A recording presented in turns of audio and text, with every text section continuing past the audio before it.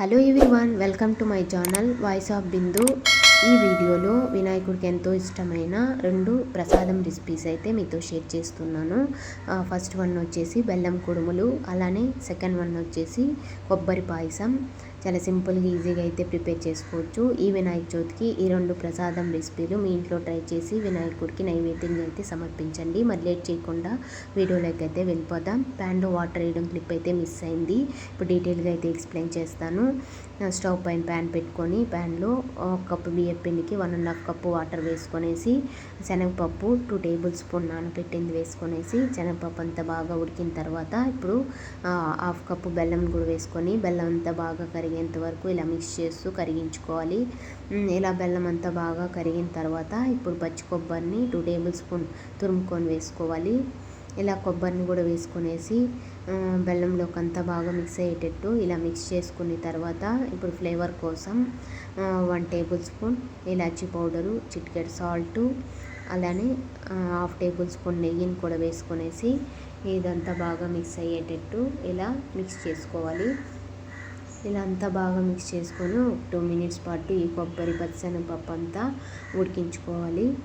ఇలా అంతా బాగా ఉడికిన తర్వాత ఇప్పుడు 1 కప్పు బియ్యం పిండిని లో ఫ్లేమ్లో పెట్టుకొని కొద్ది కొద్దిగా వేసుకుంటూ ఇలా మిక్స్ చేసుకోవాలి.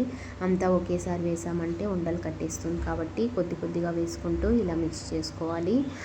నేనైతే డ్రైగా ఉండిన బియ్యం పిండిని అయితే తీసుకున్నాను. మీరు తడిపిండిని కూడా తీసుకొని చేసుకోవచ్చు అనమాట. తడిపిండితో చేస్తున్నట్టయితే కుడుములు వాటర్ చెక్ చేసి వేసుకోవాలి. ఇలా అంతా పిండిని వేసుకొని బెల్లంలోకి అంతా బాగా మిక్స్ అయ్యేటట్టు ఇలా స్లోగా అయితే మిక్స్ చేసుకున్న తర్వాత ఇప్పుడు ఒక ప్లేట్లోకి అయితే ట్రాన్స్ఫర్ చేసుకోవాలి. ఇలా ఒక ప్లేట్లోకి ట్రాన్స్ఫర్ చేసుకున్న తర్వాత ఇప్పుడు గోరువెచ్చగా ఉన్నప్పుడు దీన్ని బాగా చపాతీ ముద్దలాగా మిక్స్ చేసుకోవాలి. ఇలా ఒకసారి అంతా మిక్స్ చేసుకొనేసి ముద్దలాగా చేసుకున్న తర్వాత ఇప్పుడు చిన్న చిన్న బాల్స్ లాగా చేసుకొనేసి ఒకసారి అంతా బాగా రౌండ్గా చేసుకున్న తర్వాత 4 వేలుతో ఇలా ప్రెస్ చేసామంటే కుడుముల షేప్ అయితే వస్తుందన్నమాట.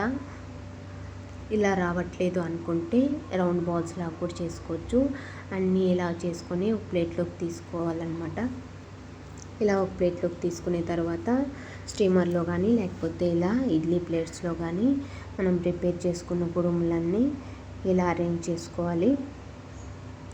ఇలా అన్ని కుడుములు అరేంజ్ చేసుకున్న తర్వాత ఇప్పుడు కుక్కర్లో వాటర్ వేసుకొనేసి వాటర్ని బాగా బాయిల్ చేసుకోవాలి. వాటర్ని బాగా బాయిల్ చేసుకున్న తర్వాత ఇప్పుడు మనం అరేంజ్ చేసుకున్న ఇడ్లీ ప్లేట్స్లో కుడుములు కూడా పెట్టుకొనేసి మూత పెట్టుకొని ఒక 10 to 15 మినిట్స్ పాటు స్టీమ్ చేసుకున్నామంటే సింపుల్గా ఈజీగా బెల్లం కుడుములు అయితే రెడీ అయిపోతాయి.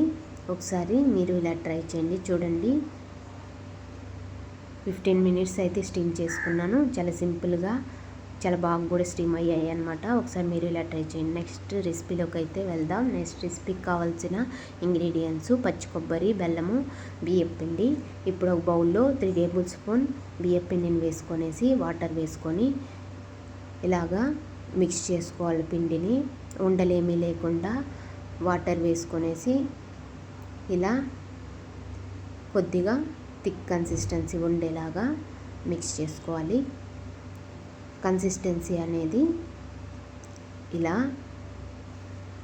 ఉండాలన్నమాట. కన్సిస్టెన్సీ ఇలా ఉండాలి. ఇలా చేసుకొని పక్కన పెట్టుకున్న తర్వాత ఇప్పుడు స్టవ్ పైన ఒక బౌల్లో 2 గ్లాసెస్ ఆఫ్ వాటర్ వేసుకొని వాటర్ కొద్దిగా బాయిల్ అయిన తర్వాత మనం కట్ చేసి పెట్టుకున్న కొబ్బరి ముక్కలను కూడా వేసుకోవాలి. కొబ్బరి ముక్కలు వేసుకొనేసి ఈ కొబ్బరి ముక్కలంతా బాగా ఉడికేంత వరకు ఉడికించుకోవాలి. ఇలా ఉడుకుతూ ఉన్నప్పుడు ఇందులో 1/2 కప్పు బెల్లం కూడా వేసుకొనేసి బెల్లము కొబ్బరి అంతా బాగా ఉడికించుకోవాలి. కొబ్బరి బెల్లము అంతా బాగా ఇలా ఉడికిన తర్వాత ఇప్పుడు 1 టేబుల్ స్పూన్ ఇలాచీ పౌడరు, 1/2 టేబుల్ స్పూన్ నెయ్యి, అలానే చిటికెడు సాల్ట్ కూడా వేసుకొనేసి ఇంకొక 2 మినిట్స్ ఉడికించుకున్న తర్వాత ఇప్పుడు మనం ముందే ప్రిపేర్ చేసి పెట్టుకున్న బియ్యం పిండి వాటర్ను కూడా వేసుకొనేసి బాగా హై ఫ్లేమ్లో పెట్టుకొనేసి ఇలా మిక్స్ చేస్తూనే ఉండాలన్నమాట. లేకపోతే బియ్యపిండి కాబట్టి ఉండలు కట్టేస్తుంది. ఇలా మిక్స్ చేస్తూ ఉన్నామంటే థిక్ కన్సిస్టెన్సీ అయితే రావాలన్నమాట. ఇలా తిక్కు కన్సిస్టెన్సీ వచ్చిన తర్వాత స్టవ్ ఆఫ్ చేసుకున్నామంటే చల్లారిన తర్వాత ఇంకా కొద్దిగా తిక్కు అవుతుందన్నమాట. ఇది ఈ వీడియో మీరు ఒకసారి ట్రై చేయండి. అలానే నా వీడియో నచ్చినట్టయితే లైక్ చేయండి, షేర్ చేయండి, సబ్స్క్రైబ్ చేయండి. నెక్స్ట్ వీడియోలో అయితే కలుద్దాం. Thank you for watching. Please subscribe my channel. Bye.